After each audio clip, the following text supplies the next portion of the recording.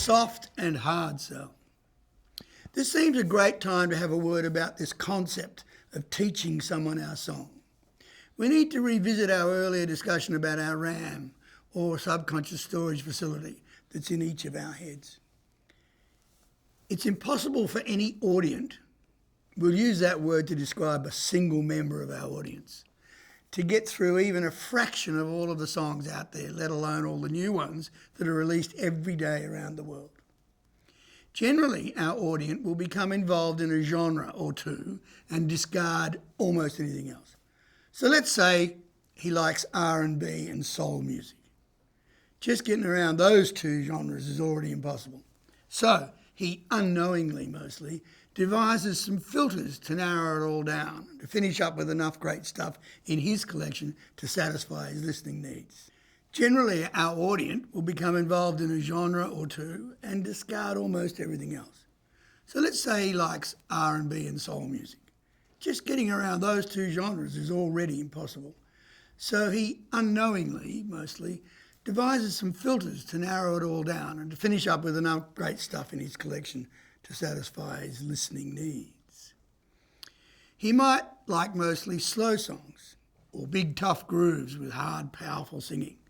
So he starts sidelining material that doesn't fit there.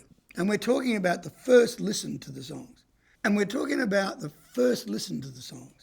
These filters act right at the beginning of the listening experience.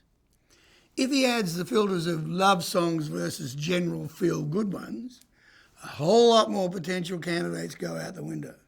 If he adds male versus female singers, brass or no brass, guitars versus keyboards, and so on, to his list of no's, you can see how hard it might be to get this guy interested in anything much. To get him interested in our song is our main gig, and our secondary gig is to keep him interested. That's why our first lines of offence are the catchy title embodying the great idea. Neither really makes it on its own.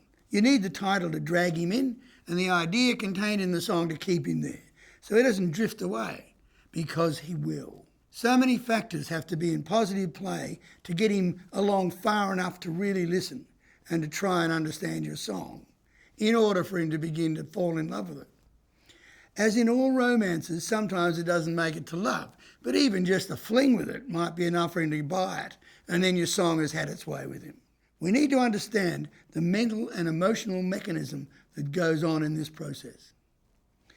When we write a song, everything in it comes from us, from our imagination, our RAM.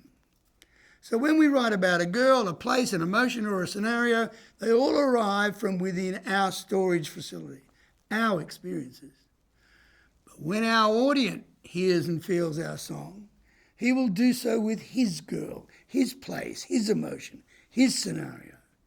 He'll populate the song with his people, his memories, and draw from his own particular emotional and memory storehouse. Now that's a lot to ask. We're going to make him work for this, but first we must get him interested using the idea and the title and or hook.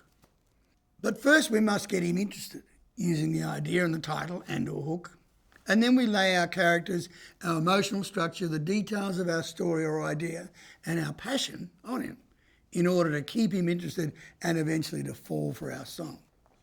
That's where unique and provocative comes into play. The line, "The car drove down the street," isn't anywhere near as attention-grabbing and thought-provoking as "The powerful muscle car smashed through the gates and tore up the driveway, tyres screaming like a banshee." I dare to try and use that in a song. Similarly, "I just can't see you anymore" probably won't grab his attention anywhere near as much as "My husband will kill you if he sees me with you." So let's be clear on this. We're using all our skill, imagination and craft to get him and keep him interested in our song. And our song exists within a galaxy worth of other songs vying for his interest and his love. Each component in our song needs to provoke his hard drive, his emotions, his experiences, because he cannot access ours. Fortunately, we have a small arsenal of song parts, construction ideas and tricks to use on him. Let's now examine the actual parts of our song. Let's learn how to build each one and how to keep our audience on the edge of his chair.